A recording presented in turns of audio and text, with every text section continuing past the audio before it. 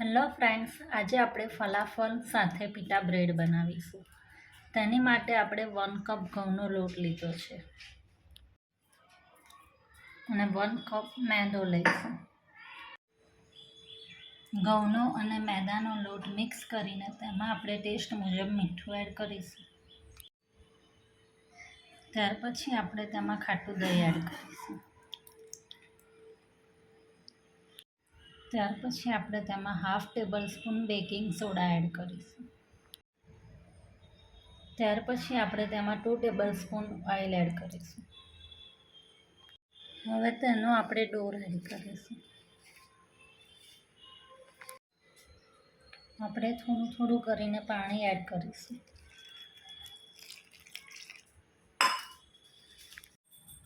આપણો ડો રેડી છે.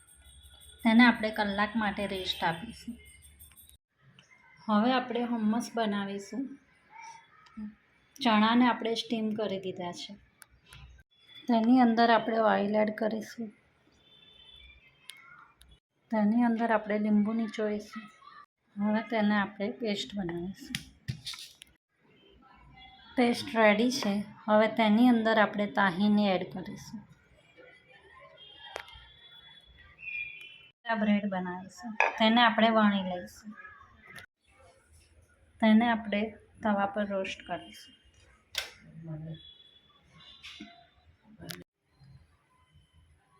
રોસ્ટ થઈ ગઈ છે.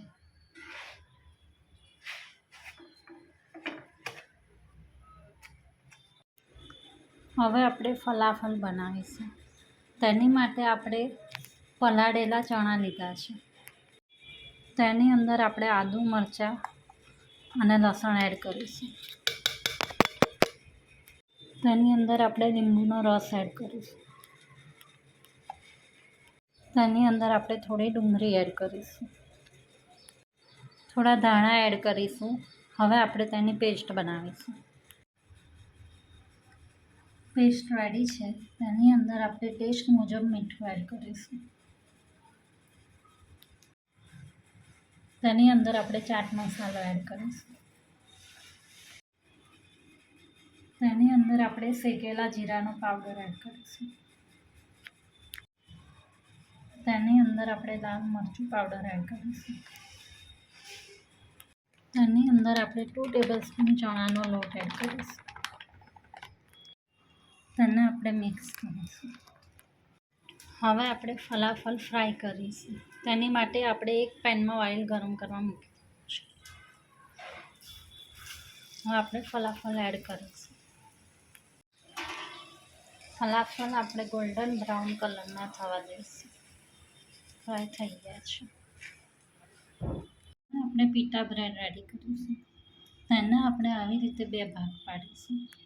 ત્યાર પછી આપણે પોકેટમાં હમ્મસ લગાવીશું. આપણે 1 ચમચી હમ્મસ લગાવીશું. ત્યાર પછી આપણે તેમાં કોબીનું પત્તું એડ કરીશું. ત્યાર પછી આપણે તેમાં ટામેટાં અને કાકડીનું સલાડ એડ કરીશું. ત્યાર પછી આપણે તેમાં ફલાફલ ટિક્કી એડ કરીશું. પછી આપણે ઉપરથી મેયોનેઝ સોસ એડ કરીશું. ફલાફલ સાથે પીટા બ્રેડ રેડી છે.